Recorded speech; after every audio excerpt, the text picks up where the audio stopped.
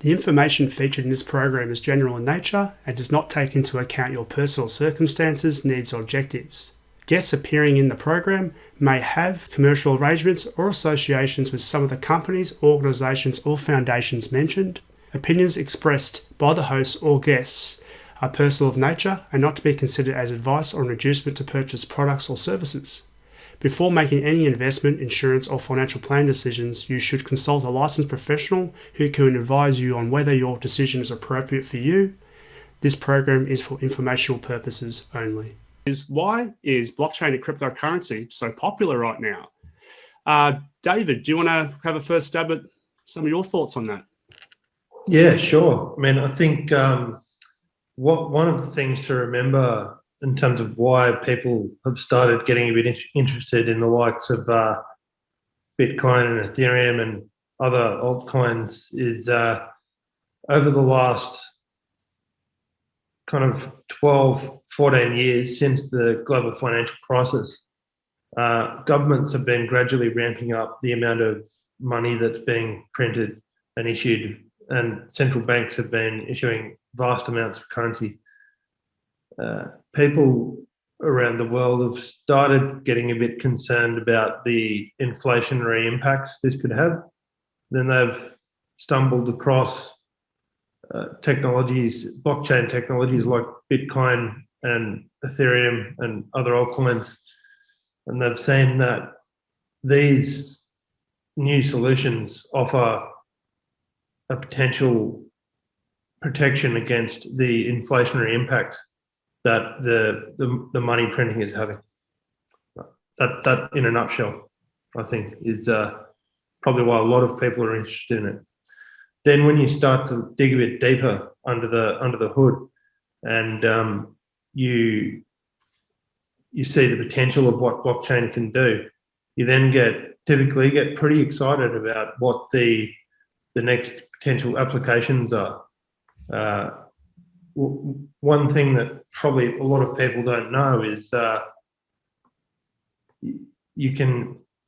is a function built into the Bitcoin blockchain surrounding voting, which is used by the major participants.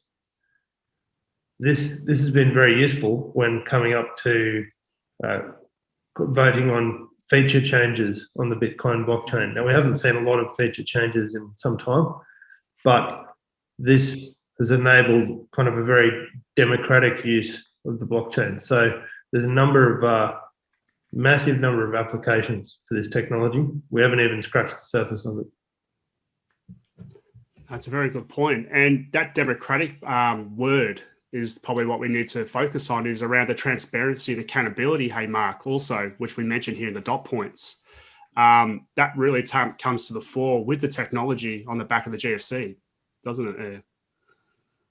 Yeah, exactly. Coming off the global financial crisis. And obviously when we all know that when the quote unquote Satoshi Nakamoto wrote the white paper, which is it's a fascinating paper.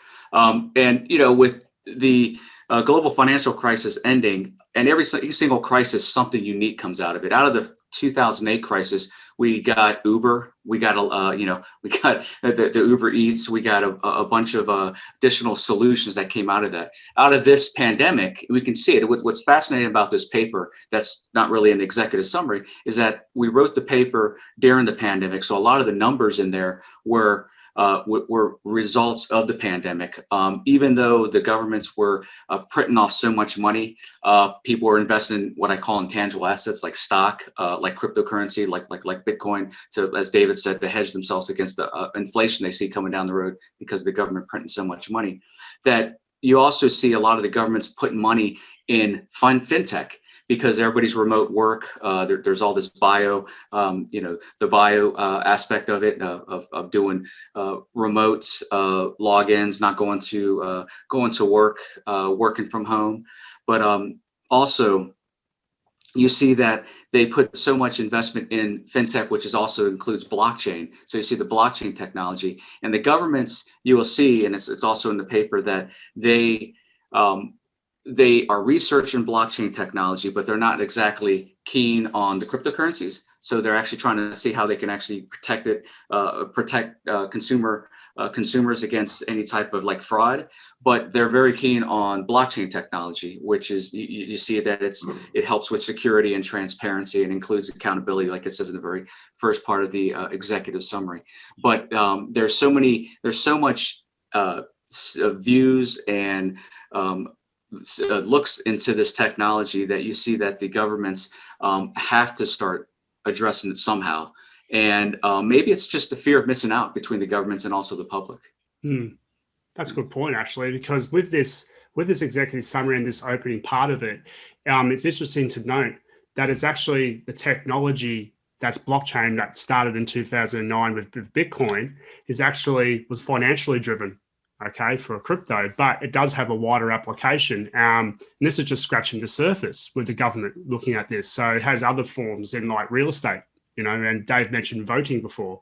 So it's going to have an expanded role to play, and legislation needs to catch up, right? Because people are going to start adopting it either way. So yeah, technology has changed once again how policies is driven around government around the world. So it's interesting to look at that.